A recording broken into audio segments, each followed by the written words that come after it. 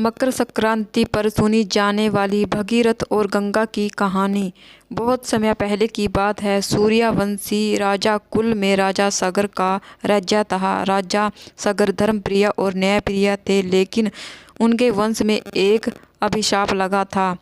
उनके 60,000 पुत्र एक ऋषि के शाप के कारण भस्म हो गए थे और उनकी आत्माएं मोक्ष पाने के लिए तड़प रही थी। कहा जाता है कि केवल गंगा नदी के पवित्र जल से उनके पाप धुल सकते हैं और उन्हें मोक्ष प्राप्त हो सकता है। राजा सगर के वंशज भगीरथ ने अपने पूर्वजों की आत्मा को मोक्ष दिलाने का संकल्प लिया। उन्होंने कठिन तपस्या का मार्ग अपनाया और भगवान ब्रह्मा की आराधना की।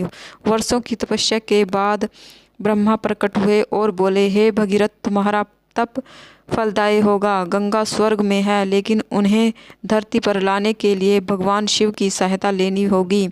भगीरथ ने फिर भगवान शिव की आराधना शुरू की।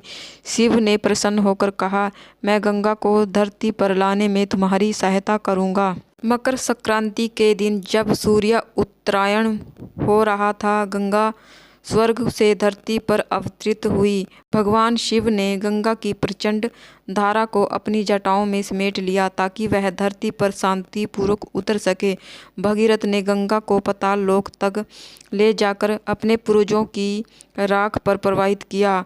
गंगा के पवित्र जल ने उनके पूर्वजों को मोक्ष प्रदान किया। गंगा का अवतरण केवल भगीरथ के लिए ही नहीं, बल्कि समस्त मानवता के लिए एक वरदान बन गया। गंगा की पवित्रता ने धरती को जीवनदायिनी शक्ति प्रदान की। तब से मकर संक्रांति के दिन गंगा स्नान और दान पुण्य का विशेष महत्व दिया जाने लगा। इस कहानी से यह संदेश मिलता है कि धैर्य, तपस्या और दृढ़ संकल्प से असंभव को भी संभव बनाया जा सकता है।